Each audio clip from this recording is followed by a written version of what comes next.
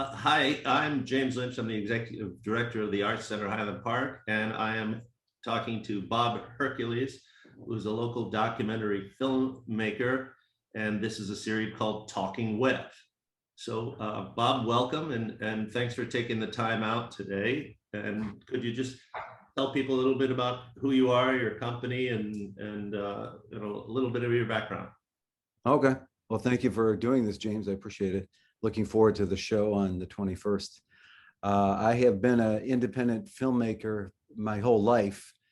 And by independent, I mean for the films I make independently, raise the money, et cetera, for those films. So they are not, so me and the other filmmakers, we rise or fall on the film, but we make it on our own terms. I also co-own a company with my partner, Keith Walker, Media Process Group, which has been around for 37 years. It's almost frightening for me to say that, but 37 is a long time. But we've been a production and post-production company for all those years, and we've worked for people like Oprah Winfrey and 60 Minutes, and we've been all over the world shooting things. We've worked for President Obama, David Axelrod, all kinds of people. So it's been an amazing ride for 37 years, and but I also, continue to make independent films as well. So the commercial films, you might say, help support this habit, you might say. Yeah. And a few minutes before we started recording this, I told you something totally different than what I'm going to do because you just inspired the idea. Because people always think like, there's a magic formula to making things happen, to getting things done. And you just talked about it. You just do it, right? It's not to be a Nike person or anything, but you were saying that you're getting a camera when you were, what did you say, when you were 8 years old or something? I was 17 years old, and 17. In high school, I randomly bought a Super 8 movie camera and started using it. And something, I can't even explain really, something clicked where I really got turned on by the camera, by editing, by making films. I've also been a writer my whole life, so I kind of incorporated my writing into the filmmaking. So it just was, even from an early age, it was I kind of knew what I wanted to do, even at that age, which I feel lucky about because a lot of my friends didn't know what they wanted to do, which is more common, I think. But what do you think? I find that people want everything to be perfect before they do it, so if they're going to go into film, they got to go to film school, they got to buy a camera, they got to right. Make contacts, and they got to work, as opposed to just like, I'm going to get a camera and start making films. Yeah, well, I do say, primarily I make documentaries, me and my collaborators, and you can't really be too careful or be too.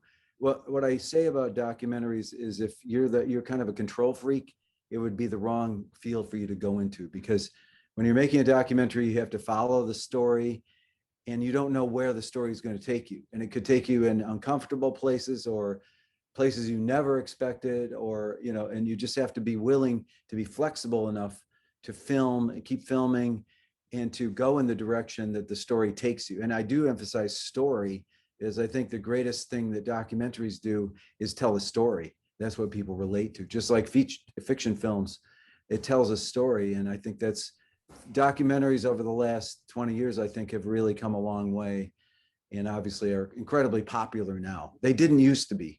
I have a funny story where years ago, when I was just starting out as a documentary filmmaker, I went to a party. I lived in Chicago, and people asked, what do you do? What do you do? And they asked me what I did. I said, I make documentaries. And I could see their eyes just glaze over, because I think it sounded like in those days, this is like 30 years ago, it sounded to people like it was, I don't know, educational films or the films you saw in high school or something. And now to think how incredibly popular documentaries are is mind-blowing to me, just because I've been doing it for so long and I've seen the evolution as it's gotten more, docs have gotten more and more popular. And it's thrilling to me because, I'm still in the field, and there's more opportunities, more distribution, more channels. So it's kind of a golden time in some ways for documentary, I think. There's two ways to go on it, but when you're talking about following the story, I think of a painter. Yeah. A painter who conceives of the painting in his head and is going to, rough it out and do it in charcoal and get it ready and then fill in the lines. That's one kind of painter. And there's the other painter, it's totally intuitive.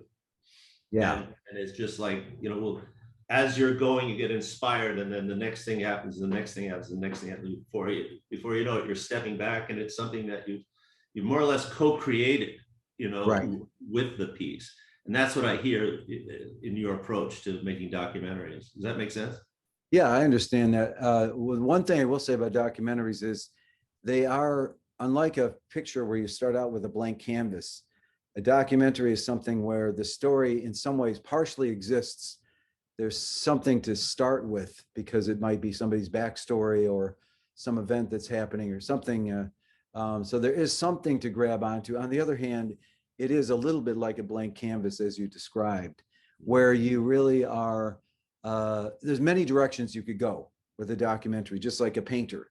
I could put this brush stroke here or there, here, and same with, I could go with this part of the story, I could follow this, I could, so there are a lot of decisions to be made. I don't think there's anything such as objectivity. I think that's not really truthful. Everything is a subjective choice. Where do you place the story? Do you follow? How do you follow it? How do you edit it? So, in that sense, it is like a painter making choices along the way as you go on the canvas. So, there's a lot of, for me at least, there's a lot of brainstorming that I do. I mean, that I and my colleagues do about the film to make it better, to get deeper, to think about it in a deeper way. So I do kind of feel like it is a very creative process. It's just a little different from other art forms. When I've done a few fiction films, and that is very different because then you're starting out with nothing and you have to create a script out of whole and then, fill in the holes as you go. So that's probably more akin to painting to do a fiction film, although there's certainly elements of it with documentary. Well, I'm thinking when I met you, it was around the time when you'd done the Maya Angelou Right. documentary, which, by the way, it was great. It was humbling, actually. And it was like because you were with Maya Angelou. It was like, Yeah, I'm with somebody who knows Maya Angelou. That was a thrill, believe me. I mean, to be with her, the co-producer was Rita Coburn-Wack and I. We spent a lot of time with Dr. Angelou down in Winston-Salem, North Carolina, where she lived, and she used to be a professor at Wake Forest. And that was just, I think really in my long career, 40 some years, that was one of the biggest thrills of my life, was to be able to go down there several times and do these really in-depth interviews with her and follow her around. We went around on the road with her a little bit, although her health was declining, so there wasn't much we could do about that. But I want to say one thing about Dr. Angelou. I've done probably 1,000 interviews in my career, but I've never done an interview like that with her. I've never seen anybody, any interviewee go that deep into the story. I feel like she was literally psychically or somehow immersing herself into whatever story she was telling us. She was literally there. You could see it in her eyes and the body language and everything. And man, that was just amazing. So, it's a great film, but I also have to say it's great in many ways because of her. I mean, she was, as you saw, I mean, just amazing. We were lucky to capture her. We did probably 4 different trips, 4 different major interviews with her. And then she did pass while we were making the film, while we started editing the film. So my biggest regret really is she never saw the film. So, that's a bummer. But it was a great experience to make that film. No, I hope people see it because there's great moments of just talking to her where it's, first of all, it's a great stillness, just hearing her talk, and just you can picture yourself in the room with her, Yeah, because she's there. And then, we were able to raise enough money to do do it the way it should be done. I mean, it was a very expensive film because it has tremendous amount of archival material, which is expensive. It's a 2-hour film, so it's a lot, and there's a lot in 2 hours. And the people she hung with, her colleagues, were people like President Clinton and Cicely Tyson and all these people that were her colleagues. So that's not cheap. Not that we were paid them any money. Nobody got paid for it, but just logistically, it was difficult to do all that. Yeah, it was a lot of fun. No, it was wonderful, and it was I think I actually got to sit with you during it, and that's how we got to know each other. Yeah. Always say I'm going to do these short, and they always go long. So I'm going to jump ahead. You're going to be here at the Art Center on the 21st of August. That's 17 days away. Right. And the best part of the last one was you showed 3 or 4, excerpts from 3 or 4 of your films. Right. But the conversation afterwards, the Q&A with the audience became very interesting. And it was, that I know everybody really appreciated it. It was really interesting talking to you. So what are you going to bring to us on the 21st? I'm still sorting this out because I've never really done a show like this. It's kind of a quasi retrospective because I wanted to do a couple early films, which I've hardly ever shown, and certainly not in 35 years. Some of them I haven't. Theme I settled on was politics, or you might say political work, or social justice maybe is the theme. I guess when I look back at my films, that's probably the most obvious theme is social justice films. So I'm showing an old gonzo video I made with my friend Stoney Burke called Stoney Does Houston, where in 1992, I think, we got into the Republican National Convention. We had floor passes, actually, because we were doing a show for a series called The 90s, which was on PBS, my good friend Tom Weinberg. And he was able to get us floor passes, which was not easy to get. And so we were sort of credentialed journalists. But my friend Stoney is an improv comic, and he's kind of a political junkie. And so we approached all these Republican luminaries and asked, we kind of, seduced them a little bit. And then we managed to ask them one question that was kind of an uncomfortable question that probably should have been asked of them. That was our theory. So it's kind of a crazy gonzo film, but it's also very funny, the idea that we got in there. And it's just I guess the reason I wanted to show it was it's the evolution of my career, you might say. In those days, I was more of a guerrilla filmmaker and an activist, and so that was a big part of my life at that point. So I thought it'd be fun to show that. Could be controversial, frankly, but it was a long time ago. So I think people can handle it.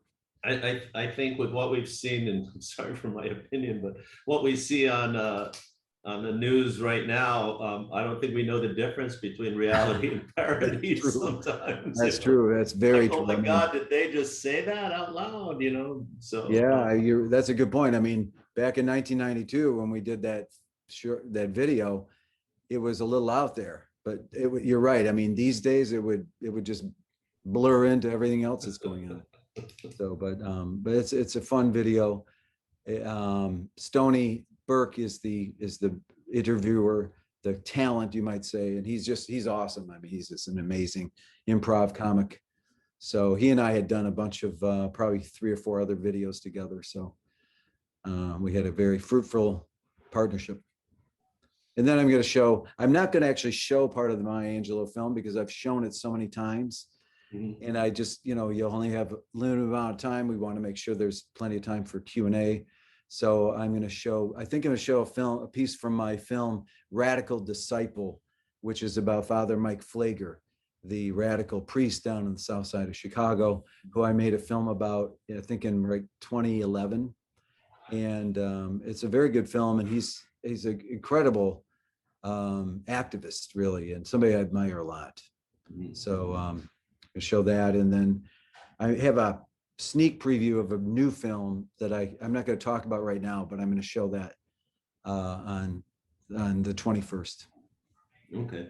Well, I think why I would tell people to come is, first of all, the body of work that you've done, the interesting stories you have to share, but also that what we talked about it a little earlier, that you always focus on getting it done, moving it forward. And I think that'll be inspiring to people who think that the stars have to align right, or there's a reason or an Right. excuse. And you've put all this together, you've made a career of it, and you keep moving forward. And I think a lot of people need to hear and see that message right now.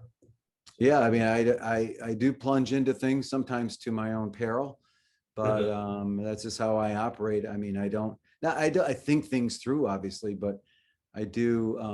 I remember we had an opportunity, Keith and I, back in, I'm guessing it was right 2001. A person that I didn't know, but she approached me about doing a film about a woman who was an Auschwitz survivor and a victim of Dr. Joseph Mengele and the experiments. But the main part of the story was she had chosen to forgive the Nazis, forgive Dr. Mengele for her own good, for her own soul, for her to get over some of the anger, to move on with her life, etc. Very controversial. And again, she was doing it for herself. We had this opportunity. We had, I think, 2 weeks to decide if we're going to jump into this film, because there was an event happening in Berlin. German government, for the first time, was going to officially apologize to these Mengele twins for the horrors of these experiments. Yeah. So Keith and I decided to plunge, like you said. We plunged right in. We took a whole crew to Germany, filmed this whole event. It was very powerful, very moving. And then, since we were there, we had decided in advance to drive from Berlin to Auschwitz, which is where Eva and her family were brought in on a train, and to film her there on the tracks was, I really feel, the most emotional moment I've ever had in filmmaking. To be on those tracks, to hear her story, how devastating it was. But she is a survivor. I mean, she's a tough person. So it's something you die. It was very expensive. I mean, we just took a huge risk by diving into showed that, parts of that when you were here, and I'll never forget it, and especially with what's happened recently here in Highland Park. Yes. And there's all kinds of responses and reactions and emotions and what to do and punish and get back and stuff. And who knows the way to go. But I think that's one of the things that we do with the arts is we communicate, we give people a chance to discuss and look at other viewpoints and to think about things in a different light. Yeah, so, I mean, I will say, regarding the tragedy that happened at Highland Park, I chosen to play an excerpt from my recent film about Abner Mikva. Mikva was the famous congressman from the North Shore in the 70s and late 60s and early 70s, who later became a judge. Mm-hmm. But he was, more than any other congressman at the time, he was always trying to get he always introduced a bill for gun control. He always felt like there were way too many guns. These are handguns in those days, before the automatic weapons. But he was way ahead of his time on this. He realized how devastating the proliferation of all these weapons was to our society, especially how it affected poor people, which, you never hear about that part, but it does. And so I have a whole section in the film about his passion for trying to get gun control legislation. It was called gun control at the time. You can't use that term anymore, but that's what he called it. It's a fascinating segment about how powerful the NRA was and is today, but it's even back then. Back in those days, Democrats could barely or never cross the line of the NRA, let alone the Republicans. So it's a pretty interesting segment. So I am actually going to show that on the 21st, somewhat in homage to the tragedy that happened in Highland Park. Well, I said I was going to keep this short and I didn't. So I'm going to be my own editor. I'm going to cut us off. And I'm going to ask you to stay because I just want to talk to you a couple more minutes, but anything else you want to add? And just great thanks from me for this. This is really fascinating. Well, thanks. Yeah, I'm really looking forward to this show because I've hardly ever done a show like this. So it's a bit emotional. I mean, I'm going back to some old films and things I haven't watched in 35 years. So it's been interesting to think about this. I appreciate the opportunity, and I think people will enjoy the films. All right. All right. Thanks, Bob. I'll be right back with you. 1 second. Okay. Thanks, Jim.